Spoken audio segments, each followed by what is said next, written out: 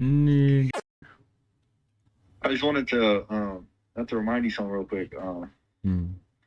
I just wanted you to remember you finna be alone tomorrow on Valentine's, bro. And I just really had to like let That's it be just known, bro. that's just so insane. you're that's just so insane, man. Yeah. So I have miserable bastards for friends.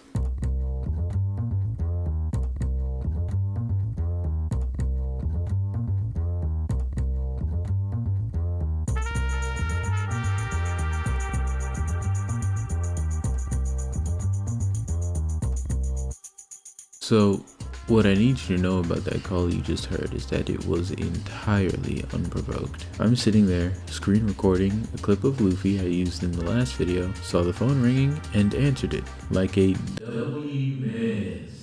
And that's the treatment I got.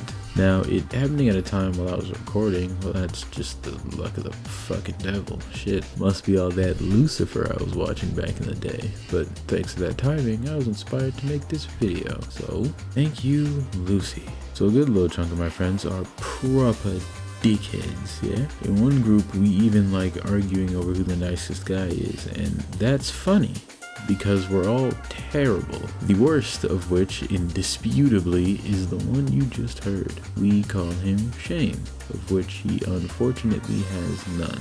Now, because I'm masochistic, I don't know, I very much enjoy the pricks I hang out with, and I have never asked myself why. In fact, I am only now, for the sake of this video, thinking about it long enough to attempt to explain it, because it's always just felt so natural. Now, the simple answer is that men aren't meant to show emotions, so in our friendships we show our appreciation for one another by, well, very intentionally not showing it. The giveaway or sign being that we're only like that with our friends, or people we genuinely don't fucking like. But there's a difference. I don't believe I can properly explain what that difference is, but I want to say it's generally in the tone. The way we tell each other to go fuck ourselves is different from the way we tell somebody outside of the pack, you know? It's hard to explain though, because even that isn't always true. Sometimes the tone has all the aggression behind it, but it doesn't translate to real life anger, usually, if that makes sense. Look, we know what it is between ourselves. It's never had to be explained before, I think, in the history of mankind. If you're part of it, you're part of it. If you're not, you're just not. Now, unfortunately, I feel the need to drop a little disclaimer in here. Some of you are in actually awful friendships with people who genuinely don't like you, and I do not want you to confuse what I'm describing for that. If your friends make you feel terrible, regardless of them saying, oh, it's just a joke or whatever the fuck, you should definitely stop hanging out with them. Okay, the simple answer though is boring, so I want to dig into it a little deeper, at least speaking strictly for myself here. Now, I'm not entirely sure why, but I've always had this soft spot for indirect or unceremonious or even straight up odd displays of affection. Not to discount the importance of clearly and directly being affectionate when it is needed, but when it's not, it's my shit right here. It just feels more honest to me. Though I'm sure that particular perspective is simply because it's the way that I generally show affection. I think all it is at the end of the day is that I like when people are comfortable enough to be themselves around me, just with a special appreciation for people who themselves are dickheads and oddballs. For example, there's this scene in the show, The Bear. If you haven't watched it, spoilers ahead, obviously. But in the show, the protagonist, Carmy, has an older brother, Mikey, who killed himself before the series began.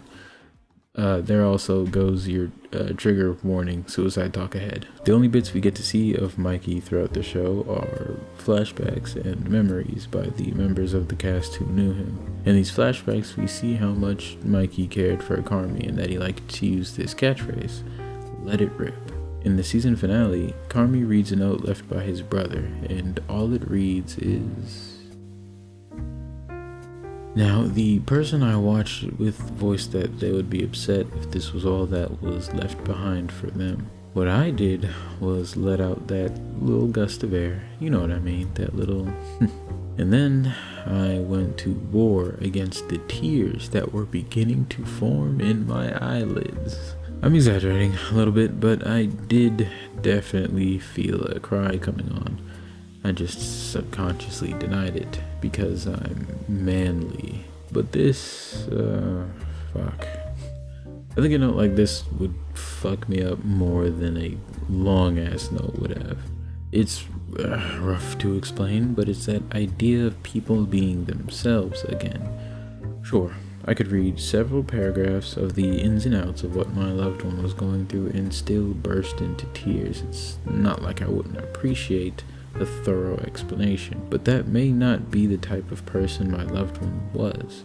At least, personally, if I were to put a bullet in the old noggin, I wouldn't want the last thing I said to my people to be this big elaborate thing, because that's not who I am. I'd probably do something just like Mikey did, honestly. The simple reassurance of I love you, and something to remember me by the way that I was, like my favorite catchphrase, or whatever other little inside jokes we may have. And if I were on the receiving end, I can't think of anything more precious than a final reminder of who they were. Because that's why death is so heartbreaking, you know?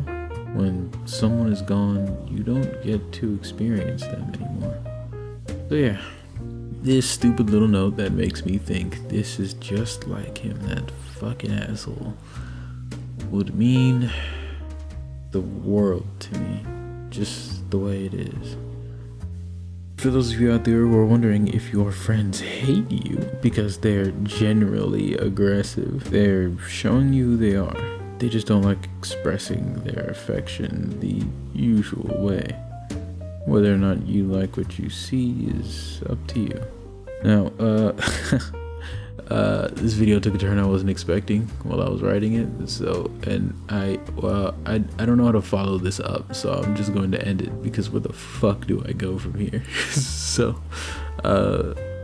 fuck you, and have a terrible day.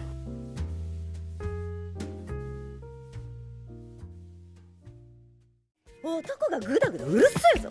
おめえ本当にチンコついてんのか？ありますよ。取り返してくれてありがとうございます。見せてみろ。は？ちゃんとついてんのか見せてみろってんだよ。バカなのかなこの人は。イカれてんのかあんた！綾瀬さんどうにかしてください！イカれてやがるこの家！待ってこれ！いろいろお世話になりました。夜遅いから気をつけてね。この家より安全だと思います。次は逃がさねえ。絶対見せねえ。うさみ。ほっといていいよあんなの。どうせ本気じゃないから。オカルンカニ食べないし、テンション低いから盛り上げようとしたんじゃね？そうだったんですね。